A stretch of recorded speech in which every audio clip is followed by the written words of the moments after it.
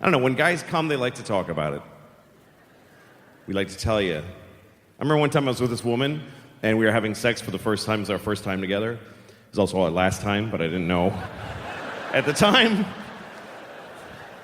that it was going to be our last time. You don't know it's going to be your last time until some time goes by, and you're like, yeah, I guess that was it. It's rare that you know while you're doing it. And she's like, I'm not doing this again.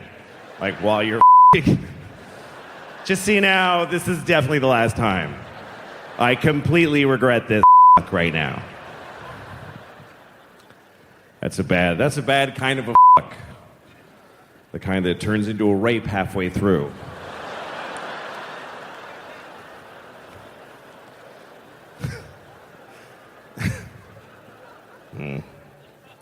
Anyway, I was with this woman. We're having sex, and I was gonna come, and I felt like talking about it. But it was our first time together, so I was a little hesitant. You know, when you're with somebody a bunch of times and you're in love, then you just go, ah, baby, I gotta come! Ah, shit! Oh, I gotta fucking... Just let it out. But I didn't really know her, so I was like, I'm probably gonna... It's probably gonna come. I just feel like it's coming. It's most likely. She's like, what? What? No, I just think I probably coming. Gonna. Okay, I get it. Go ahead. Because I'm back there. That's why she's got to. I'm back there. I'm always back there. So they don't see me crying. I get a little paranoid having sex with a woman from behind because you don't know what's really going on. Can't see her face. I don't know how she completely feels. The whole time she might be like...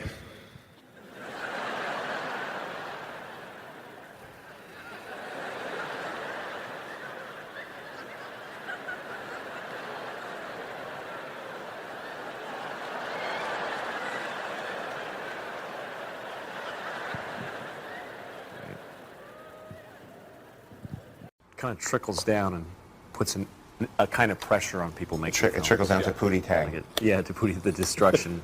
Is that a tough sell? Chris Rock's no, in it? It wasn't, and actually I probably wish it was more of a tough sell. But yeah, it was supposed to be just a weird, quirky movie made for a small amount of money. But then people got excited that it might be a franchisable character, so they put a lot more expectation. Yeah, I think that's the dangerous thing. This is a franchise before it's even Well, because of the TV experience. I mean, when we were shooting the movie was a great time. But then they started coming and visiting and saying how great they thought it was, and that was really scary. So later down the line, when we were editing, they had a lot of high number expectations of it that it never could have achieved. But their process of trying to get it there was very painful to the film and me. But overall, it was a good thing to happen. Because none of the pain you experience and stuff like that sticks with you, really, if you're smart about it. It just goes away. And all that's left is that I got to make a movie. Right. And even the worst parts of it were just fascinating. To be on the inside of a movie and under siege, it was fascinating. Because I never thought I'd get that opportunity. Sure. You know, I was in this big office, and I used to drive by the Paramount lot thinking, I wonder if I could ever get in that gate. And here I'm in John Goldwyn's office, Samuel Goldwyn's grandson, going, this movie is horrible and unreleasable, screaming at me. And I should have been thinking, oh, this is the death of my career.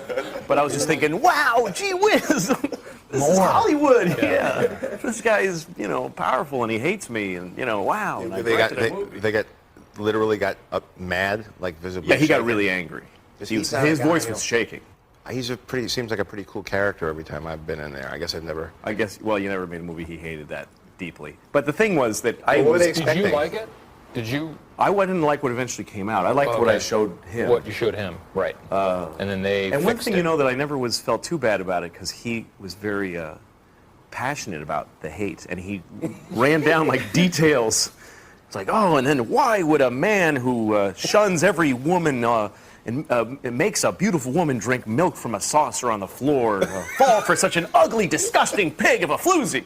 And he was really angry that Pooty fell for the woman that he did. And I thought, wow, you really paid attention. You really got into it. You know, he wasn't going like, what do we waste our money on? He didn't like make calls during the movie. He watched and he said, no, that's wrong. And so I was very proud of that. And Pooty Tang would never do that. no, yeah. I mean, it hurt. It was painful better than you knew Pooty. to go through that and then get kicked out of the editing room and just you feel shudders in your body. And, wow, these guys don't mess around. But it's kind of hate like, is real. Yeah, but it would be like if Mike Tyson like kicked your ass. Part of you would be going, oh, cool, it's Mike Tyson. This is what it's like to get my ass kicked by Mike Tyson. And I didn't realize this about you, but you are the man responsible for the film Pooty Tang. Yes, yeah. That Chris Rock did. That's right. And you had a horrible experience with that. I wrote... You wrote it? I wrote and directed Pooty Tang. But then didn't the studio lose faith in you during it? Yes, they sure did, yeah. And they took you off the film. They took me off the... Well, I had already shot it, and it was during the editing process. They hated my cut. They fired my editor, got another guy, and let me do one more cut. Chris Rock was the star. He was, one of the stars, yeah. He read the script. He liked it. I assume the studio read the script and liked it. Yeah. Wasn't that a character that was sort of on the Chris Rock show? Yeah, Pooty Tang was the character we did on the Chris Rock show. Right. And you worked on that show, and you said, hey, I created the character there, yeah. I'm going to make a movie about Pooty Tang. Well, Chris asked me, do you think there's a movie in that guy? And I said, that's a little nutty, but I'll try it. I would have told you no. Well, of course you're going to say yes. I wanted to make movies, yeah, very badly. And so that show was very popular. The networks, the studio was probably excited about it. Sure. You go out, you shoot the thing, you write the thing, you do all of it. And at what point does the studio say to you, listen, you what have you done here? I remember that point. Right. It was a great moment in my life. Who comes to see you? They summon you. I got flown out to L.A. Nice. Are you thinking, wow, I'm getting flown to L.A.? First class. They don't even tell you. First class. I have no idea. Well, I smelled something, but they took me to Paramount. You know, those gates. It's like you feel like that you're going to the White House. And I went to John Goldwyn's office. He was Samuel Goldwyn's grandson. He's a big guy. I know that. Yeah. And so I'm in his office. I'm in the most important office at Paramount. He was running the studio at the time, and I remember I walked in and he's shaking a little. He was so mad. And he just unloads. Everybody was there that was involved in the movie. He just unloaded on me and said, this movie is unreleasable. You have wasted my money. This is irresponsible. I have a problem with everyone here. And then this guy who was the president of MTV Films, they said, well, John, I don't think you really got the film. How dare you say that to me? He started screaming at company presidents because of my movie. Wow. There was nothing redeemable about the movie. Not to him, but here's the thing. How do you go on in show business after well, something like that? I'll never forget that moment because I feel all I wanted to do was make movies at the time, and that was being destroyed by Samuel Goldwyn's grandson. He knows something. Yeah, a little bit. Right. And I'm sitting there, but a part of me was outside of my body going, you are in the Paramount big office being yelled at by how cool is this?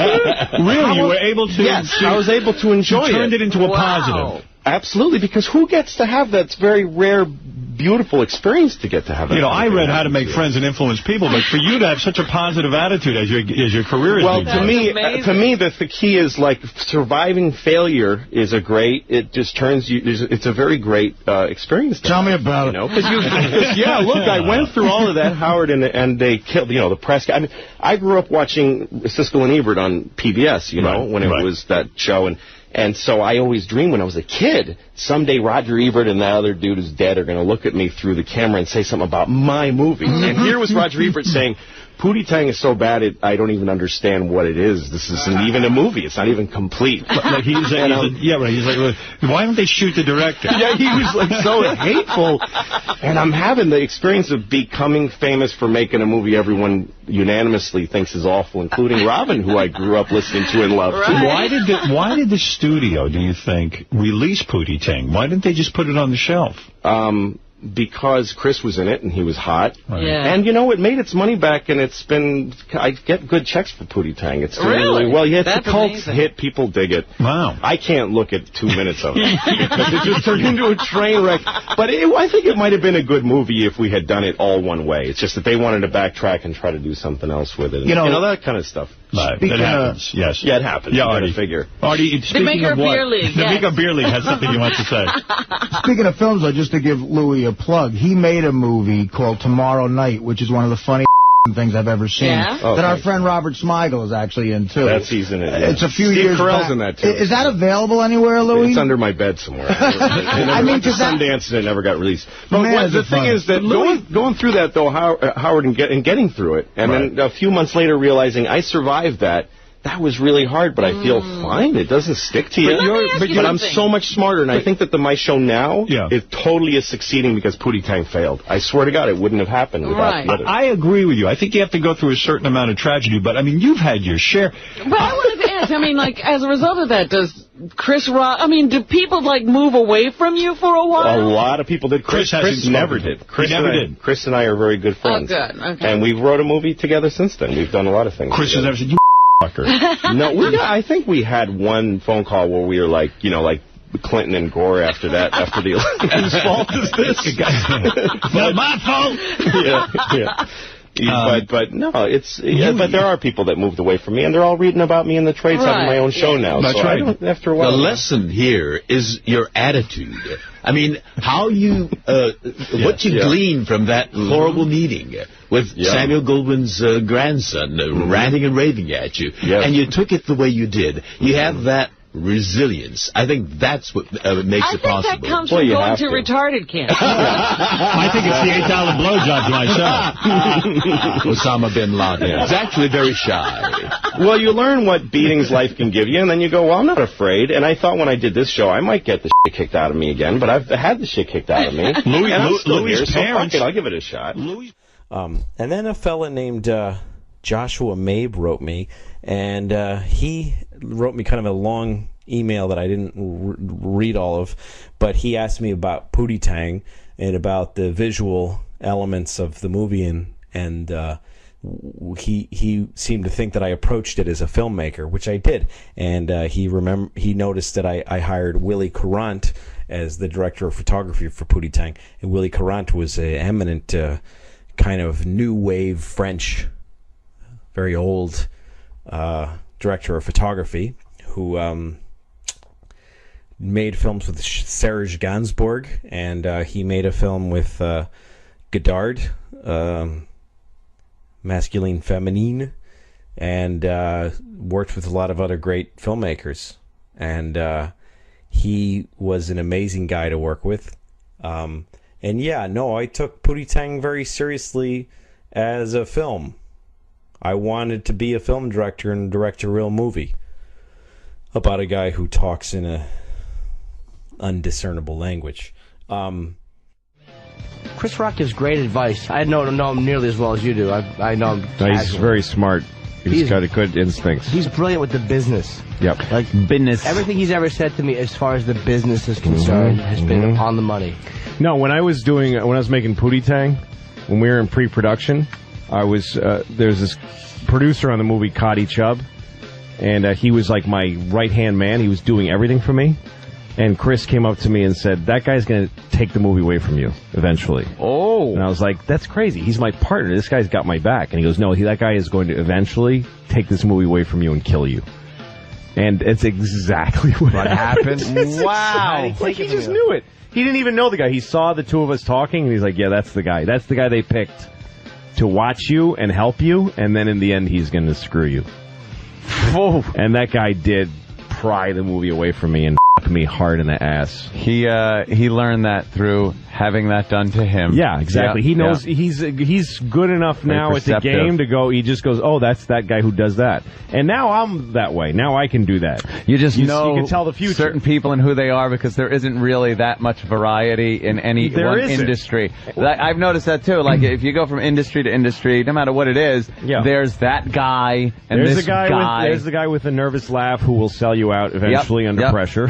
Yeah. There's the dude. There's like all kinds of people. There's the chick. There's the woman who, like, takes during a meeting, she takes off her shoes and then sits kind of cat-like and says how much she loves you, and she'll eventually you up the ass with somebody else's. She'll rip off some other guy's and just put shove it on right the end in of your a broom ass and shove it up your ass. But you learn the players because they're not the thing they're not good at is changing shape or tactics. They're not shape changers. No, they're not. They're just they're obvious. vicious but they're not. They're you can walk around them once you learn the greatest. terrain. The greatest. I wish It's I not could. the I white wish I guys. could find the tape from when I did Pooty Tang. There's a part in the movie where he makes a hit record, but it's silence. There's no sound to it. So there's a montage of all these people reacting to it, and it was in the script. It just said a young Asian boy is listening to the nothing, and his father runs in the room and says, "Turn that noise down." Like any father would. Yeah. And I just wrote Asian just because that's what I saw. I didn't want, but every auditioner, every single one, the audition goes the same as, "Oh, tone that down, you're driving me crazy." Oh, and then really? you hear me or the person auditioning going, "It's not supposed to be a stereotype Asian." And then the actor goes, "Oh, I'm sorry." And then he just does it as the good American that he is. Because none of them were... they were all American-born Asians, but they just assumed, they want me to go, "Oh!" He wants the I was like, wacky. no, I actually don't want that. 1944 version. Oh, go the hole! Blame him. I thought of doing that when I was doing Pooty Tang, and they fired me off the movie. I thought seriously about taking a beta tape to Canal Street. It was white. And just dropping it. Why did you get fired from? You were directing it, right? Yeah, I wrote it and directed it. And they fired you during the movie? No, I was during the editing. I got to shoot the whole movie, but During editing? Yeah, well, that's when What all the did you fighting do? happens. The editing is when things get bad. Yeah. That's when nobody likes the movie and they fight over how to fix it. You have your idea of what you want. Did you just shoot eggs out of your nose? Yeah, it's all over my hand. Who fired you? The studio? I didn't officially get fired. I just they do it in a really up way. They flew me out to L.A. because they moved the editing to L.A. and they flew me out there. And then I show up to give notes, and they go, "What are you doing here?" Like I go to the studio where they're editing. They go, "What are you doing here?" I'm here to give, to edit. And they're like, "No, go to your hotel." They put me up in a really nice hotel and flew me out first class. They said, "Just go to your hotel and we'll send you the reels as we cut them." And I'm like, "Well, then I give you notes over the phone." "No, because we have to lock the reels now, so we'll just..." So I'm like, "You just mean I'm going to be the first one to watch the movie?" You're out of the whole loop as far as. And I was like, "You can't." And he goes, "F you, we flew you out here. We gave you a first class ticket." Like it was really weird, creepy way to go about it. Were they editing stuff and you were just like, "Why the did you?" Oh, I hate it. Cut it like that, and I hate it. yeah. I mean, it's a bad movie. It's a bad It movie. is. I mean, I made a bad movie. I honestly don't know. The thing is, like, having somebody edit your like that after you film it and have a vision of what you wanted and then just have pieces cut out of it. Well, and also they added I thought that was dumb kind of narration. Like, the movie was meant to be kind of awkward and strange. That's the way that I make stuff. And so they took everything that was sort of strange and they explained it with narration. Oh, that's always dumb good. Yeah, that's narration. Great. That's good. How did Chris feel? Dumb it down. Did Chris kind of think that you had made a mistake, or was he like... Yeah, he was just trying to get the movie out, so he stayed with it and kept them involved in it and stuff. But that was the end of my... you can't... that's the way it goes. You sign a thing that says you sign it there. You work at their pleasure, Right. You can't complain. Wow. I mean, nobody can be surprised. You work for a movie studio. It's not your own house. They didn't come to your house. Never will. And then there was I guess, we should talk, quickly about the Pooty Tang debacle. Because, I mean, I think a lot of people that love you, look at that movie as this, cult movie. Yeah. And I remember when you were going through that you had a very specific vision for that movie, and it was the first time you had studio backing. And then you had to go through that process where the studio, gutted you, took your power away, and then stole your movie. That's right. It's terrible. And like, I just remember that there was this when you had your first cut. Yeah. And you were ready to go, and they screened it. And who was the big executive? She was famous that sat there. Well, Sherry Lansing was running Paramount at the time. And they sat down with that movie that you were ready, that you were done with. Yeah. And you were there. And what happened? Well, I went out to L.A. for a screening.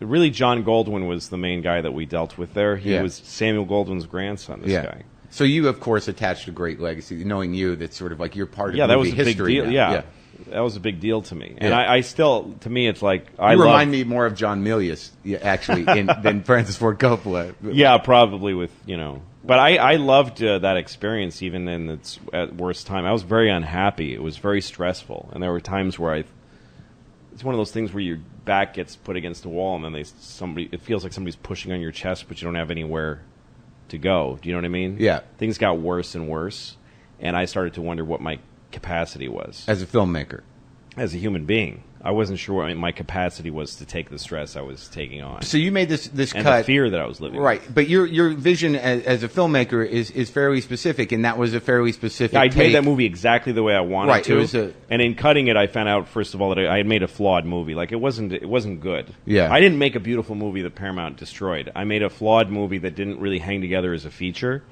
I would, with the wisdom I have now, I would have, if I were them, just let it be released the way I made it. Yeah. And just see what happens. It wasn't a big risk. It was a $3 million movie. Yeah. And Chris Rock was in it. Yeah. It made its money back the first weekend. It was fine. Yeah. I would have just let it go because they wasted an enormous amount of money recut. They recut for almost a year. And they just poured money into it trying to make it better, and it never was going to be any better. It just got worse. But did you get that feeling during that time? Because I remember the time where there's a story about about Ken Kesey and One Flew Over the Cuckoo's Nest, which was a stage play. You know, he agreed to letting them make the stage play from his book, but he did not sign off on the movie. Right. And there's that story where they figured out a legal loophole, and they based the movie on the stage play. And an interviewer asked Kesey, "Did you go see the movie?" And he said, "Look, if a couple of Hell's Angels came to your door and knocked on your door and said, 'We're raping your daughter, you want to come out and watch?' Yeah. Would you go?" No, it's a good way to put it. But I didn't think of that movie as my kid. Also, I signed on to it. When we first started talking about doing Pooty Tang, they were going to do it with Paramount Classics, which was like their little indie arm. And they were going to make it for $2 million. And I was so excited. And then they said they wanted to make it for $3 million and do it with Paramount proper and give it to John Goldwyn and make it as a real, even though it wasn't a lot of money, as a studio movie. And I said I didn't want to do it because I thought that process would destroy it. I didn't think I could work under that. Yeah. Not on Pooty Tang. Right. It's a crazy idea. But then the interesting thing about knowing how politics in show business work, which I think this was the big lesson for you, is that they then took the movie and they hired people you knew and had worked with on the Chris Rock show, which you also wrote. That's right, and also movies on my little short movies. I had a lot of people on it. Rick Shapiro was in Pooty Tang. Well, but I all mean, these just guys in I'd done this goofy stuff with. Right, but in the sense that they were going to take your movie and then rewrite it and recut it. Oh, you mean when they went to redo it? Yeah. They hired Ollie Leroy, who was a writer. He was one of my friends, one of the writers I worked with on Chris Rock. Yes. Now, did that destroy relationships for you, or at some point did you just we're not accept? Friends now. Oh, I hated what he did to the movie, but I don't know. His job was different than what my job was, so I look at it very differently now. But at the time, I was pissed off at him. So getting for back taking to the job and for hurting the movie. Yeah. Unless he gets fired, they can fire you, but firing a director is difficult and it's messy and nobody likes doing it. So they just move. They just move the venue. Yeah, they just move and don't tell you where they're going. Yeah, exactly. Wow. So I eventually found out. I called the editor. The new editor was a guy named George Folsey, who used to run, I think, Universal Pictures. He was a big producer. He made. What was the guy who made Blues Brothers? That director, John Landis? Landis. John Landis and he made movies together. And he edited all of John Landis's movies, including the Blues Brothers and all these great comedies. Right. So he took over the editing, and I called him, and I was really angry that he was editing without me. And then at one point he said, "Listen, this is reality. They gave me the movie to edit. What are you going to, let me work on it for a couple weeks with their concerns in mind. And then you can come in and we'll talk about and you can look at it. But I'm not hurting your movie. Just, he was a really great guy. So we did an edit with me and him together. And he was hurting your movie. No, he wasn't. He actually he was hired to get it away from my vision, but he ended up liking the way I wanted to make the movie. I converted him. And we did a cut together, which probably got him in some trouble. He's a guy I'll never forget because he did that for me. So why is it so hard to fire a director? Is it just all union stuff? Just nobody likes to. A part of it is that a lot of the executives in Hollywood are just. Yes. They don't want to have the moment. I wouldn't mind if I felt like somebody was up a thing and I don't believe that you shouldn't fire a director. Right. When I made that movie, I signed a regular studio contract that says I serve at their pleasure and they can replace me on a day's notice. I knew that. So I can't say they took my movie away. They hired me to work on a movie that I happen to have written and that I care a lot about. But I got thrown off because I wasn't doing what they wanted. That's the way it works. But they didn't have the balls to do it. At one point I went to they hired another editor, and then they flew me out there first class, put me up in a beautiful hotel, and I went to the editor. And the producer on the movie at the time invited me to the editing room to watch the reels. You know, movies are cut up into like 5 reels. So I would watch reel 1, and then he'd go, "Thanks for coming." And I go, "Well, I have some suggestions." And he'd go, "No, we can't take your suggestions. This is already in the works." Oh. And I go, "Well, what's my input here?" And he says, "If you have suggestions, you can email them to me later." And I said, "But you already locked the reel." And he goes, "Yeah. So what will be done with my suggestions?" And he said, "Nothing." He said this to me. And I said, "So you're not letting me work on the movie?" And he goes, "Go back to your hotel and email me." Like he flew me out there and put me up just to 3,000 miles just to get and not be allowed to work on the movie. That's something I won't forget either, because that was like a chess move on his part. Like, I couldn't say he didn't invite me. He sure did invite me. He's got the receipts to prove it. Right. I flew him out here first class.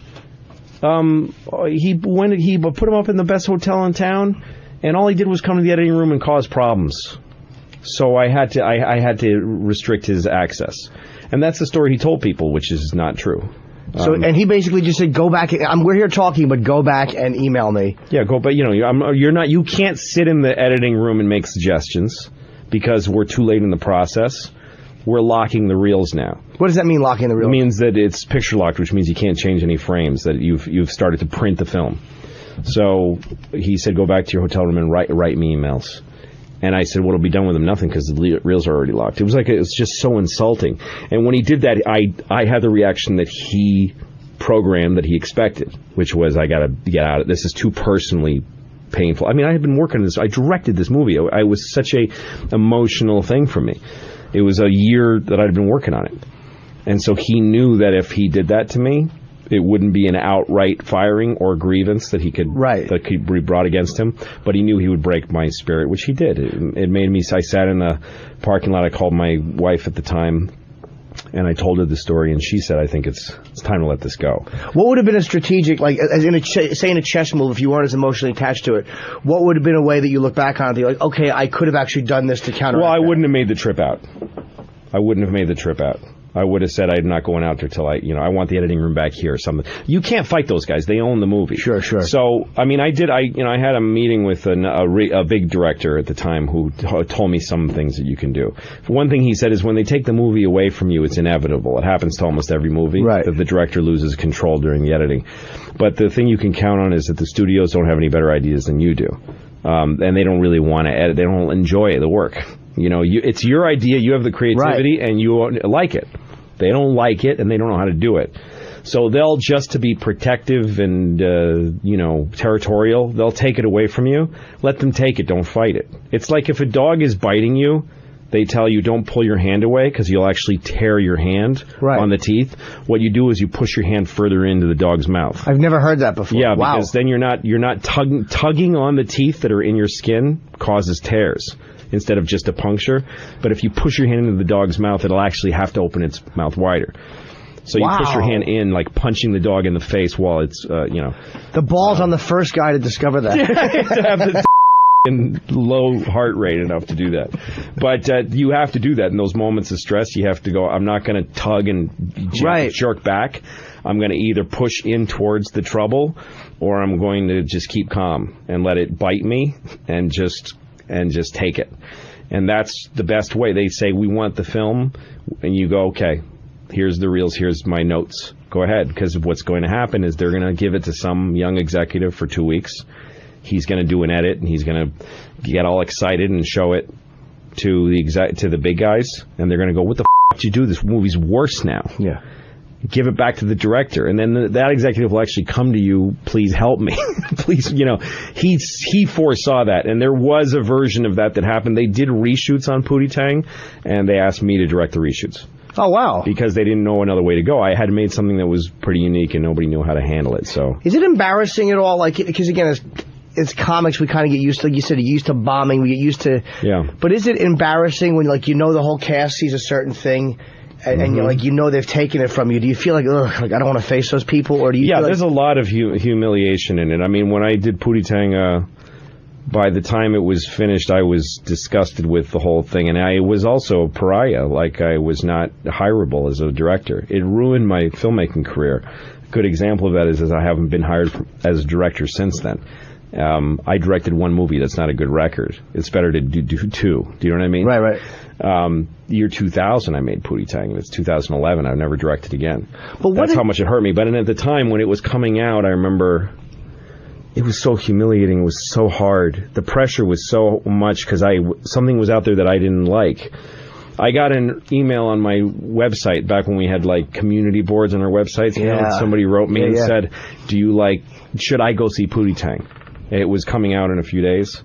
And I wrote back and I said, I don't know, I haven't seen it. Because in truth, I hadn't seen it. Right. Cut. So that was my response. I haven't seen it. Somebody at Paramount who was trolling my website saw this, and they got scared by that they had overbreached. They had taken too much advantage. So they got worried, I think, of the DGA, the Directors Guild. So they wrote me and said, please come watch the movie. And they gave me another first-class ticket to come out and gave me a screening room at Paramount to watch the movie. And I flew out there and went to a screening room, and nobody, like, it was weird. Nobody was around. It's like they cleared the streets, the hallways at Paramount, so nobody would have to talk to me. And I sat, because John Goldwyn, who ran Paramount, hated me. He hated the movie. He hated me. He was royally angry at the movie. But anyway, so I sat in the theater and I watched it, and it made me sick. You just hated what you saw. Hated it. Hated what they did with it. And knew it was coming out that day. That was opening day. And I remember David Gale, who ran MTV Films, I think he still does. Yeah. They were partly involved. He's the only guy. He in front, like, just walked over and shook my hand and said, I'm glad to see you. He was the only guy who pretended to be my friend in the past who kept pretending to be my friend, or was. I really liked that guy. And he brought me a review from Elvis Mitchell, who was writing for the New York Times at the time. He found one review from him, and he loved the movie. Oh, wow. So I got to experience for 5 minutes before I saw the film, before I saw it, his review, and I was really happy for 5 minutes about it. Then I watched it, and I was like, this is shit. And then all the reviews started coming out. Hateful, piles and piles of hateful reviews. And then, what's his name? Ebert. Siskel Ebert, yeah. Roger Ebert, who I grew up watching on sneak previews on PBS, till before it was even a big show. Said this movie's not even bad. It's not complete. It's not a movie. Like, he didn't even give it the respect to pan it. He said, I can't review this movie. It's not a film. And he was right. He actually said something really smart, which was, he said, it looks like people took pieces of a movie someone else made and manufactured this strange product out of it. And that's exactly what they had done. They took my movie that I had made and they put it together. But anyway, so it was hard to have a movie out that was getting panned with my name on it. I had the option to take my name off of it, but I didn't, because I felt it was my responsibility that it was bad.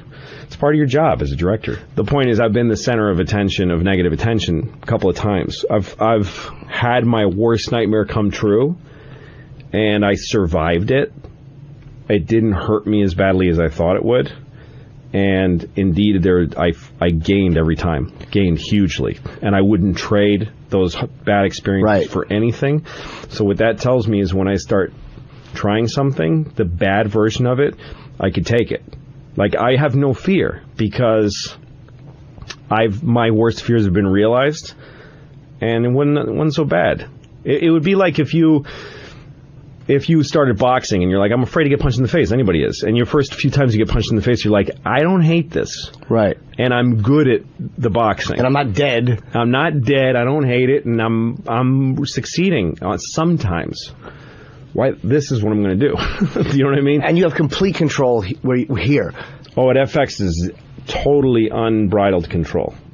But it comes with good. I mean, it comes with credibility. I've had failures, but I've turned out. And by the way, the 2 failures that I've had have both, in my view, been vindicated by people watching. People still watch Lucky Louie, and people still love Pooty Tang. Was trending on Twitter a couple weeks ago. Like, it was all over the place. Really? Yeah, never stop. I mean, every great musician that I've been near has come up to me. Jack White, is that his name? Yeah. Came up to me and said, "Pooty Tang, that's all I do is watch Pooty Tang." Oh, wow. So I have credibility. That's how I got this thing, is they know they're not going to. And also, failing ain't that bad. That's what I mostly learned. When I did Pooty Tang was the highest profile project I'd ever done. That was a movie, right? It was a movie, and it got killed really hard. The critics destroyed it, and it was humiliating. It was the worst, and I was told by my agent, you'll never work in movies. Like, agents never say bad news. My agent said, I can never get you any more work. And I was like, fuck, wow. That's tough. That's intense. So I went on the road doing clubs, and after a month of feeling kind of bad about what happened, I didn't care anymore. I guess I could ask you, you're just not afraid of realizing, okay, this was a terrible mistake, and I up everything. Yeah, I don't mind that. I don't mind that. That's because the early things I did went badly. And you're not afraid of financial insecurity or any of that stuff? No, I mean, I did this movie, Pooty Tang. It was the first sort of the whole thing I did on my own, and it was despicably hated. So I know what that feels like. And it was also the studio took it from me. I was a total loss. It was every kind of bad. And I went through it all. And there was days where I was like, I don't know if I can survive this. Like, this is more than I can take. And then after, I don't know, 2 weeks after it was over, I was like, I'm fine. And I remember I was in San Francisco doing the Punchline just as regular. The Pooty Tang had come out. I'd spent 2 years making it, poured my heart into it, got taken off it, had it changed into something I hated, had that released, hated by every possible critic. And then, I took 2 weeks to just take time off. And then I went to do the Punchline. And I'm on a treadmill at a gym near the Punchline, and I feel really good. I feel like, hey, I'm okay. And there's an Entertainment Weekly on the treadmill, and I'm reading it, and it says Loser of the Week, Louis C.K. Oh, wow. you should because of Pooty Tang. And I just started laughing really hard. I was like, how hilarious is that? And what a great life to be reading that I'm the loser of the week. It's just such a fun thing. So much better than any other job. I used to fix cars for a living. This is so much more fun than that. Yeah. And then I realized I can do anything because I did the worst version. So I'm not being able to do something great. Kind of everyone has some of that in them because a lot of that is luck. But when you're really what makes you capable is being able to survive.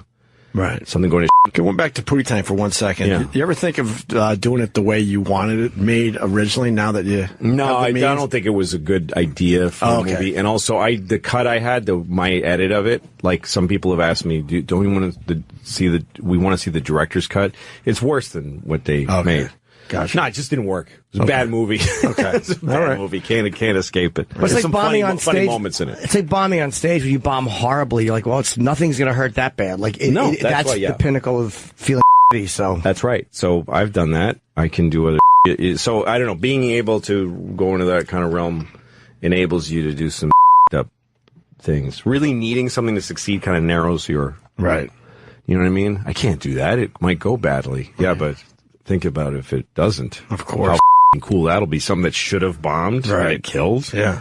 That's a nice. That's rare. That's a nice treat. Yeah.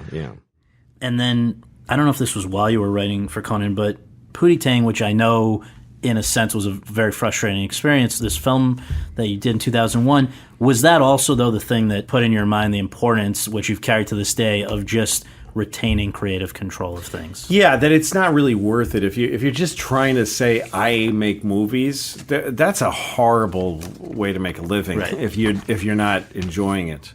Because what happened with that? Well, I just got pummeled with Pooty Tang. I started by making a very strange little movie that didn't quite work.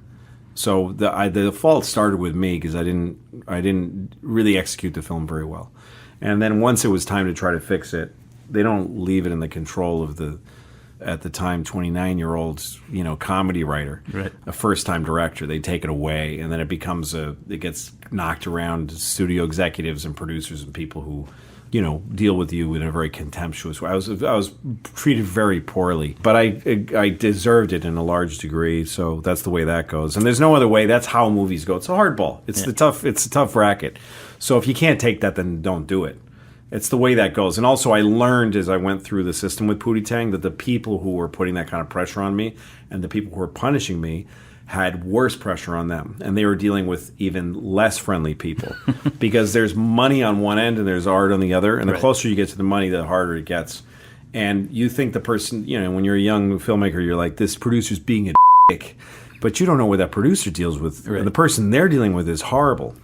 So I learned that. I learned to have empathy for my executive partners, and to learn that they were there to, in the end, they want to make movies too. Everybody that's out here is just trying to make movies. There's a million better ways to make a living than to make entertainment. So everyone you encounter loves doing it on some level. Do you think that...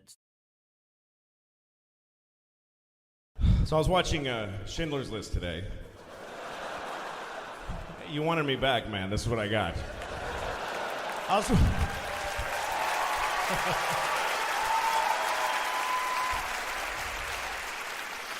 was watching Schindler's List. It's funny because Schindler's List, when it came out, was this moment, it was a document and everybody talked about it. Now it's just on.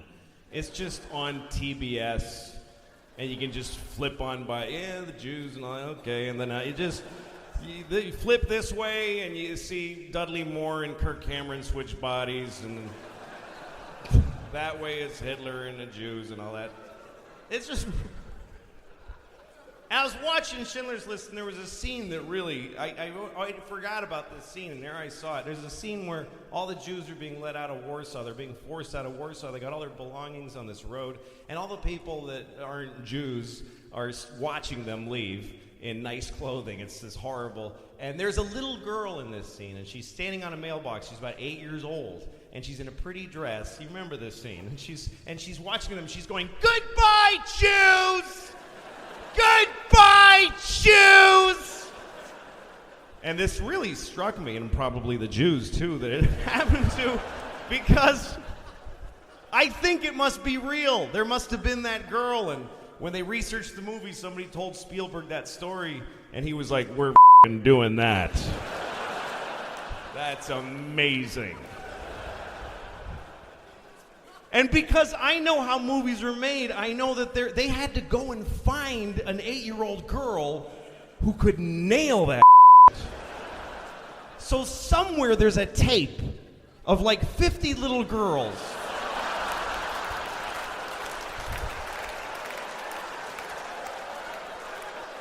trying to get the "Goodbye, Jews" part. And they're all cute, of course. They're all little girl actors. There's no little girl actresses that are like Sean Penn. I just do my thing,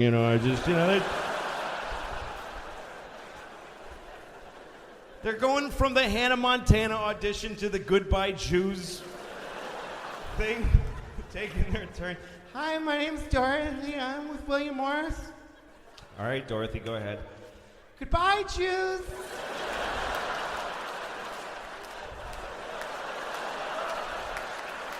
"Goodbye, Jews."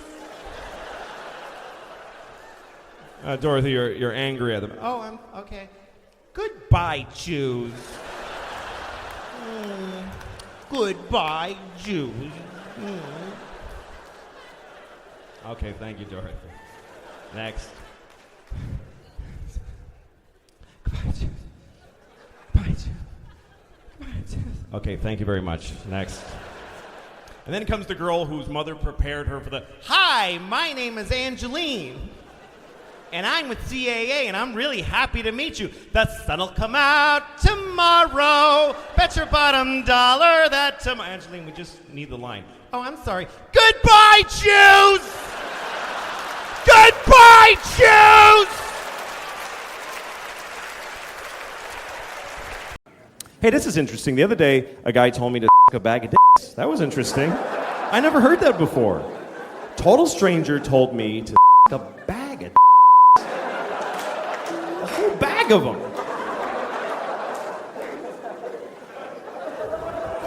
He was angry. He didn't just, a bag of dicks like a greeting. A bag of dicks to you too, sir. Thank you very much. Yes. It's a lovely day for several bags of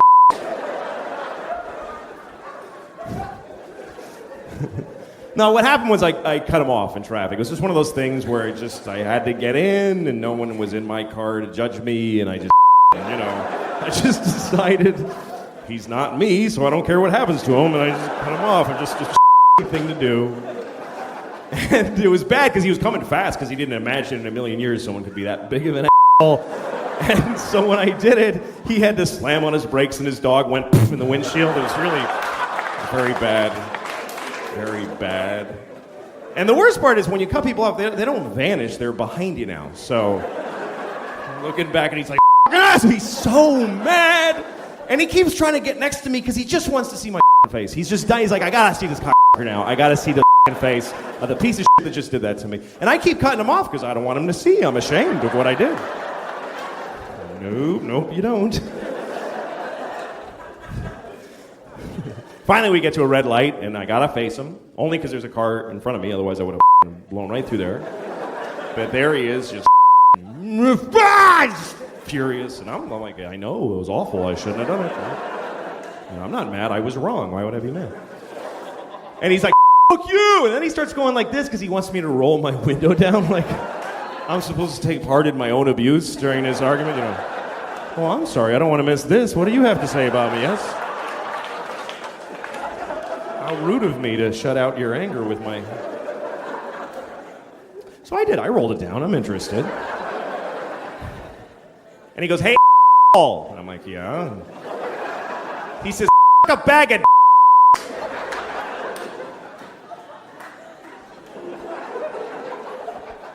and then he drove away. And I was kind of sad that he drove away because I had a lot of questions.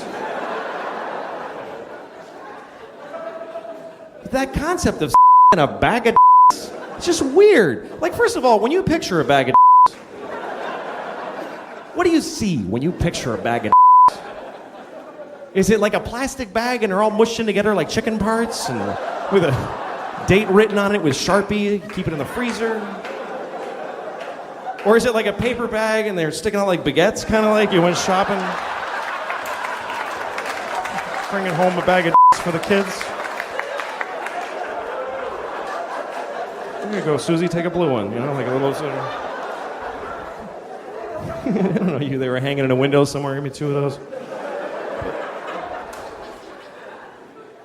And how do you a bag of What does he want me to do? Does he want me to take a bag of and it, like the side of the bag? Or does he want me to open the bag and each individually and throw the used ones in a bowl like edamame shells, like that?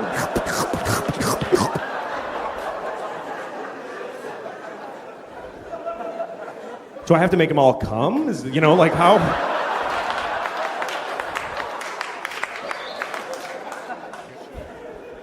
I don't know. I never even one, so it's not an area that I understand. I've never. Isn't that weird? I've never my whole life. That's weird to me. It is. It's weird. Because almost everybody has when you think about it, most people on Earth. It's true. Because 51% of the population are women, and they then there's all the gay guys that then there's all the straight guys who have been forced to under various circumstances. So there's only like 1,000 of us out there who never blew anyone. Just a bunch of selfish that are getting blown and not blown back, It's like that's what people do. We all and I haven't done it. And I don't have like a big reason not to either. I don't have a policy against it's not something I'm against doing. I just have never seen a dick I wanted to That's really what it comes down to. I've never seen a penis that inspired me to it. Every I've ever seen has bummed me out. I hate them. I hate them. They ruin my day when I see them, but that's just so far.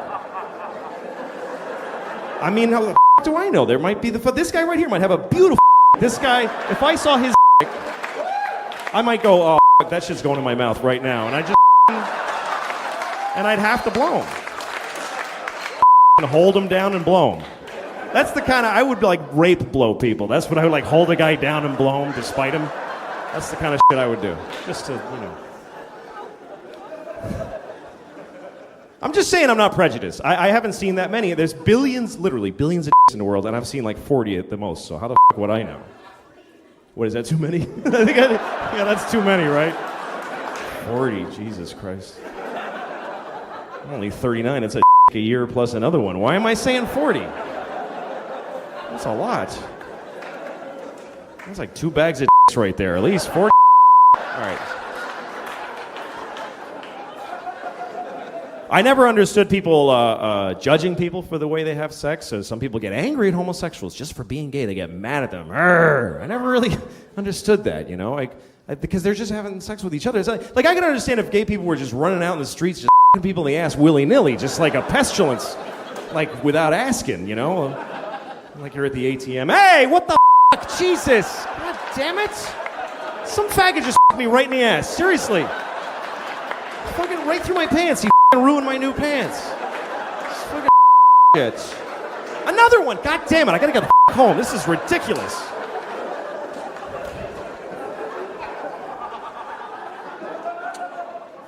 But they generally don't do that, so I don't know what the problem is. People get mad. They don't want them to don't get married. Well, you don't have to go to the wedding. What the you don't have to buy him anything? It doesn't matter. So, some people go like, well, then a guy will marry his dog. Good. I hope he blows his dog. Who gives a shit? It doesn't matter. It doesn't have any effect on your life. What the do you care? Or people that try to talk like it's a social issue. Like when you see someone stand up in a talk show and say like, how am I supposed to explain to my child that 2 men are getting married? I don't know. It's your kid. You tell him. Why is that anyone else's problem? 2 guys are in love, but they can't get married because you don't want to talk to your ugly child for 5 minutes? Who cares about your kid? He's probably a faggot anyway. How stupid is that? All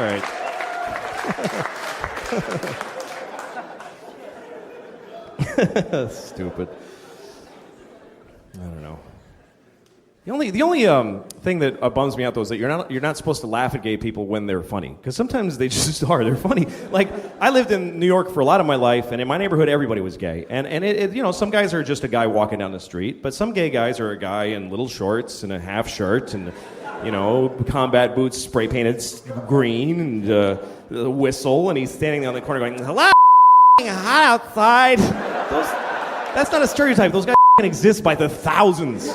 And when I see them, I laugh really loud. I just do. And people are like, don't laugh at him because he's gay. No, I'm not. I'm laughing because he's f***ing weird and silly. He's hilarious. How am I supposed to react? Hello? Oh, hello. Hello, yes. Seriousness is, yes. It's stupid. And, of course, Louis C.K. will also be there, and he's in the studio as well. Hello, fellas. It's his birthday, and he walked in just complaining. I don't know. You were supposed to be here a while ago, I think. I know. What happened? Bad morning. Well, I walked my daughter to school with my wife and on the way here, and, of course, my daughter won't carry her backpack. She won't carry her own backpack because it's impossible. It took forever just to get her to a corner where I could get a cab here. Yeah. And she keeps crouching her whole body to the sidewalk and just saying, it's cold and I can't carry this and I want someone to carry me. She just won't walk to school. Right. It's torture. Isn't she 15? Yeah. 15 in kindergarten. And so I'm like, you got it. This is it. This is life. You got to go to school. Just go. I didn't like it either. Yeah. And she makes me carry her backpack, and which I carry. There's no point to it being a backpack because I carry it. It might as well be a grown-up backpack. A briefcase. Yeah, exactly. Instead of a pink attaché case. Hello Kitty backpack. Aww. And so then I get to finally a corner where I'm soaked in sweat, and I get to a corner, and it's my birthday. Nobody cares. Happy birthday there. Whatever. Absolutely. Whatever. The whole my birthday thing stopped at very early in the morning. Few gifts, forget, So then I get in a cab, and I get here. As soon as I get here, I realize I have her backpack, of course. Oh, boy. Well, now, how is she going to get any kindergarten work done without all of the tools that you need to take with you? There's to nothing in What the is back- in there that she needs? There's a folder in which they put notes for us. That's all For it you. is. It's her backpack is a mail bag for us. Yes. That's all it is. And there's a water bottle, a little pink water bottle, which is there because they don't give them water in the public school. You got to send them with water, or else they die. They just dehydrate. Yeah. So my wife, I called her because I had my phone off this morning. So I called her to say I have her. She goes, I know you have her backpack. She's crying. Come back and bring it. And I'm like, I'm at work right now. And she says, so come back here and bring her backpack. So? Yeah. That's not a thing you can say so to. So once somebody here is being very nice from your show and going to bring it down to the school. But and I called her to tell her that. And she's like, yeah, fine. So it's not my birthday anymore. It's not being my birthday. That's it. I evaporated my entire birthday goodwill. But your wife is now mad because you're not bringing the backpack to your daughter. Even though you're making arrangements to have it dropped off. Even though I'm making arrangements to have it dropped off, and I'm here doing what I do professionally. By the way, make sure we know who's bringing it, because there are a couple of people on our staff that aren't allowed within 100 yards of a school. Yeah, I know. I thought of that. Depending on their criminal past or what they're carrying on them. Who's bringing it?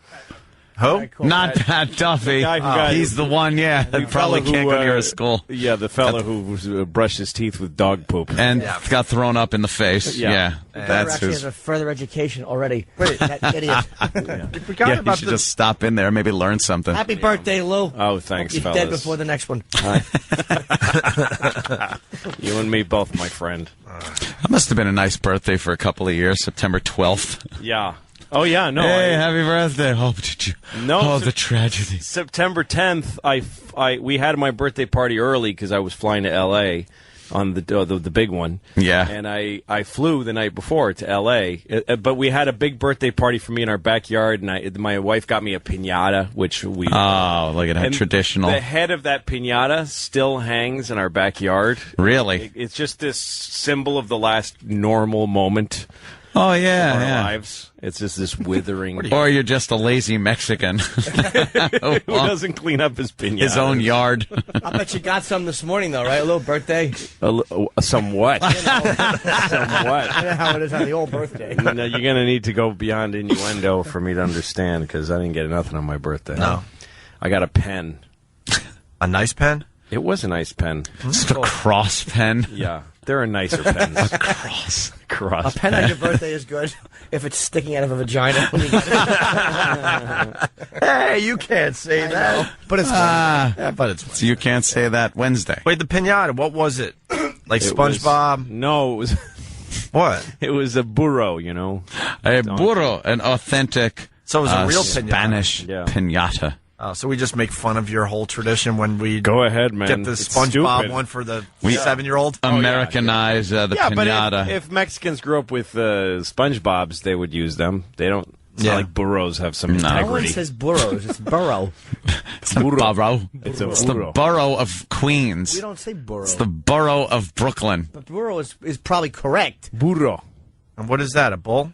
No, it's the No, donkey. it's a a jackass. It's an ass. It's a, you know. It's a jackass, you it's burro. an animal that's half, I don't know. half horse, half donkey. Yeah. It's a burro. Are they the ones that are sterile when they're born? Yeah, they can't. They can't reproduce. They can't reproduce. They're You can a dead only end. They're a genetic dead end. You can only make one by breeding like a It's a horse and a donkey. horse and a donkey. Makes a burro. Makes a It's a horse and a burro. donkey? A burro. Yeah, and then they can't mate with each other. It's yeah. the only animal that has that. It's a mutant. Yeah, it's mutant. Yeah. Yeah. Wow. A horse and a donkey. Well, you know, I'm sure one is very happy and one is like, come on, all right, just hurry up. Yeah, I don't know who. I don't know. I think it. Well, I guess it Male go either horse. way. It has to be a male horse. Why? There's no way a female horse is tolerating some pesky donkey on a ladder. What do you know about female horses in there? Believe me, very Yeah. realistic. Yeah. Yeah, it goes He's just sheep and saying, horse. yeah, the height thing Yeah. would be a problem. Yeah.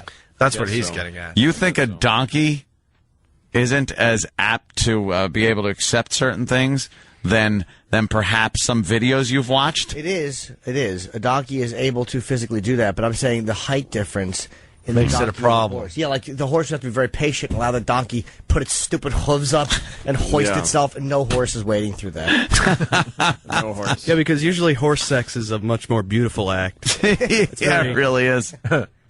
It's just this mess. I know. I don't want to. It looks like it's not clumsy at all. No, it looks like a fireman let go of the hose. Yes, that's always what it looks like. It looks like somebody lost grip of. Yeah, quick, turn that off. It's going all over. Can we get Pat Duffy on the phone? I want to see how the backpack thing's going. Well, he hasn't left yet because I got it. My wife. Oh, here she is. I got. Hold on a second. All right, boy. Hey. So.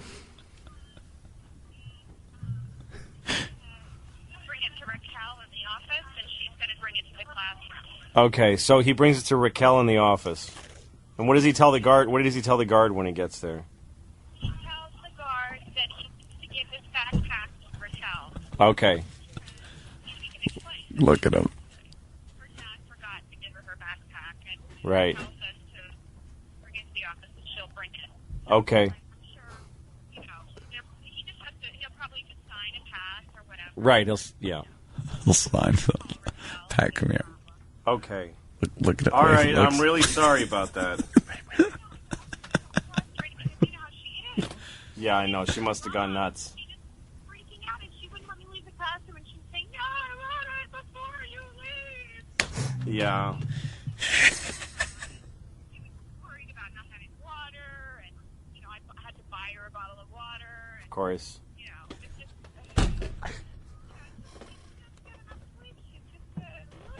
I know.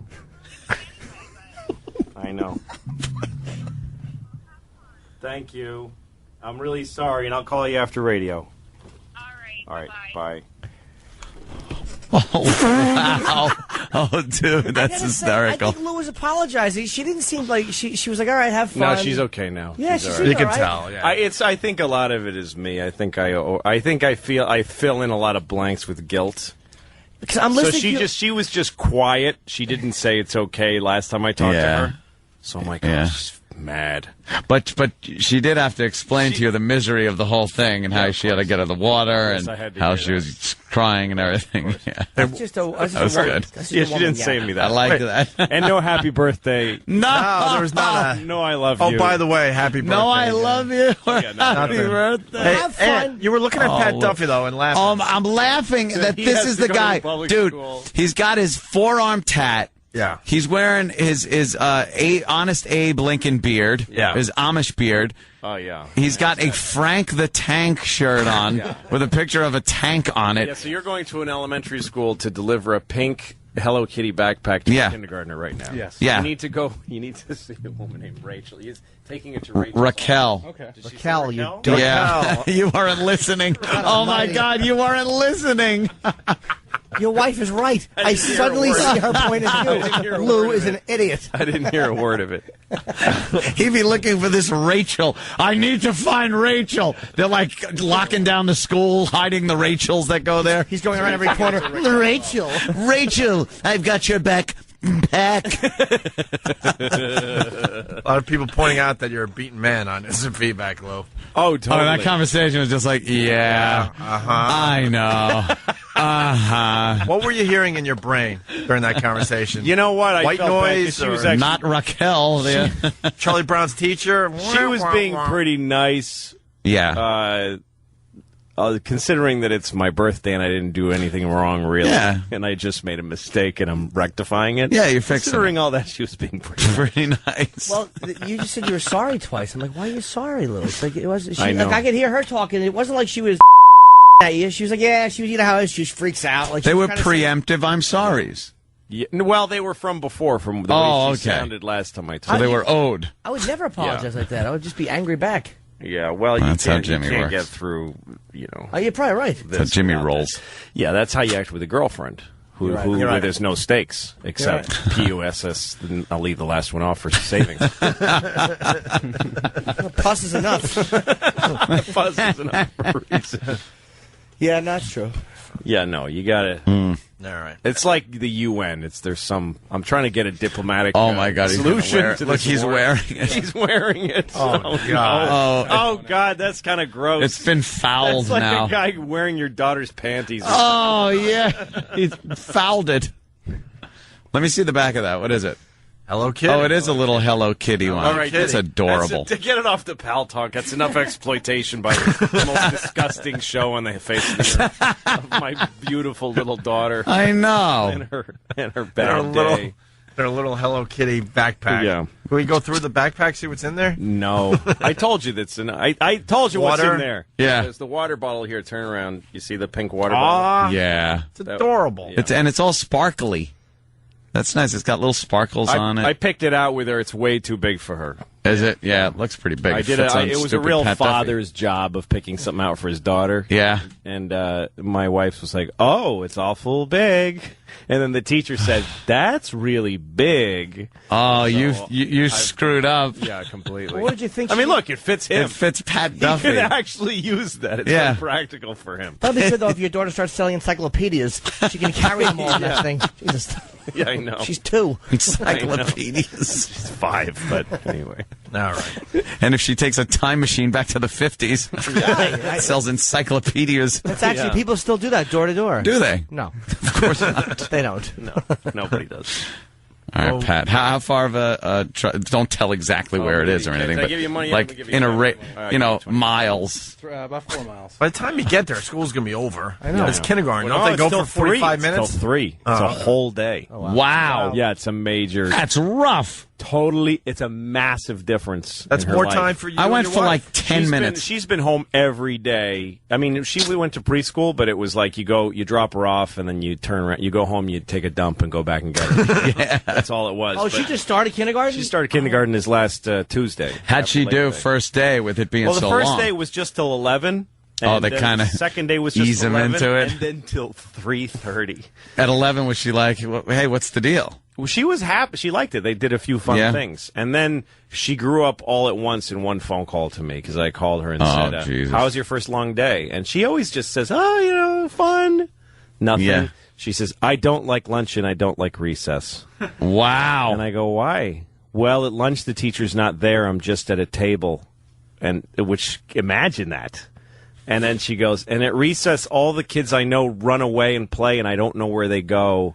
And then I just walk around and watch other kids play, and then I get sad. That is the saddest thing I've ever heard in my life. Oh, my heart broken too. I wanted to kill myself. Why? Should have. Now she likes it. She had a few days, and she found it. Is she I said meeting to her, people? go up to a kid. I was having trouble with it. Punch him? Because she's having memories that I remember now. Oh. Like up until now when she was, when they're 3, you're like, so what? She won't remember this, They I'll do. punch her in the face. It doesn't matter. They're going to wipe the hard drive in a minute. It doesn't matter. Starts recording at 5. Yeah, at 5 you press record. You make a really good point. It's I don't really remember weird. anything before kindergarten. No, nothing mattered. But now she's going to have real memories. But so I said to her, try going up to one of the kids before recess, because recess is crazy. Nobody's going to listen to you. Right. Go Just up run to a around kid screaming. earlier in the day and say, can you tell me where you're going to play later so I can be there? And I realized I'm doing what my dad used to give me way too grown up. This is like office politics advice I'm giving her. She's in kindergarten. She's going to go, excuse me, Tiana. Could you let me know where you guys are planning to play so that I can interface with you? Because when I got beat up in school, and my dad made me memorize a speech that I was supposed to give to the kids that used to pick on me. Wow. What was the speech? It was a whole thing of you must respect me as your equal. I am not. That here must have for worked you really to, well. I have a right to my own integrity as a person, and he made me memorize it and say it back to him a bunch of times. Who's your father, the president? That's like a presidential thing. Yeah. No, my dad's out of his mind. Did He's it? Mexican. Did it work at all? I didn't do it. Oh, I okay. memorized it. Then it just became I have to make my dad happy that I'm going to say this. I thought perhaps But I'll never say it. I am owed my own space, my own dignity, just as you. God, stop punching! Exactly. That's terrible. We got to end this side of the show. Oh, I wanted to get into that a little more. That's horrible. Well, for next time. Oh, but she's making friends now. Like she is. She's making friends. She found a friend and they play some hula hoop game. Yeah. Unfortunately, today is. I think she's now shunning other kids. Oh, really? Yeah, I think as long as she does it on her own accord, that's fine. Yeah. But if she's looking to play and the kids run away and she's alone somewhere, that is heartbreaking. That is really sad for a 5-year-old. Oh, unfortunately for her, today is show off your backpack and water bottle day. I think so.